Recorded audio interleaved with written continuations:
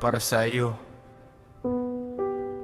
May mga araw na pakiramdam ko ay para akong lupa na matagal ng tuyot. Uhaw sa isang bagay na hindi ko maipaliwanag. Tuloy ang ikot ng mundo sa paligid ko, pero may kakulangan na hindi mapunan. Kahit anong pilit kong maging buo mag-isa. Maraming gabi ang ginugol ko sa pag-iisa. Hinahanap kung saan ba nanggagaling ang kawalan na to. Hanggang sa unti-unti kong napagtanto na may bahagi sa puso ko na naghihintay. Naghihintay sa isang taong hindi ko pa kilala noon. At sa hindi inaasahang pagkakataon, ikaw ang naging sagot sa tanong na matagal ko nang dinadala.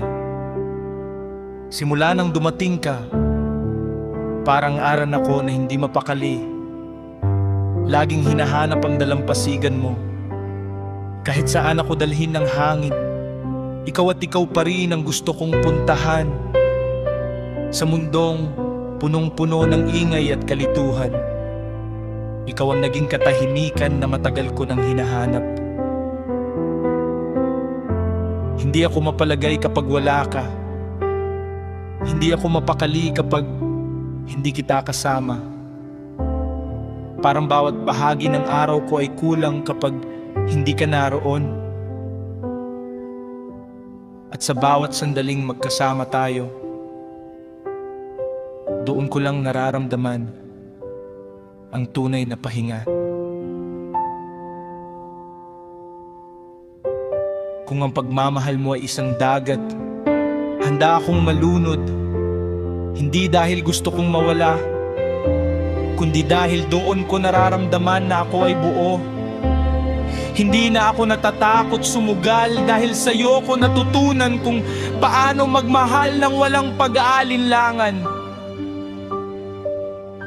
Kahit sa panaginip, ikaw ang liwanag na nakikita ko. At kung panaginip man ito, sana'y wag na akong gisingin. Dahil dito, kasama kita.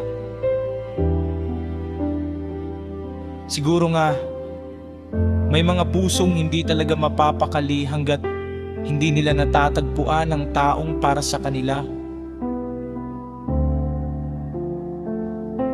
At natagpuan na kita.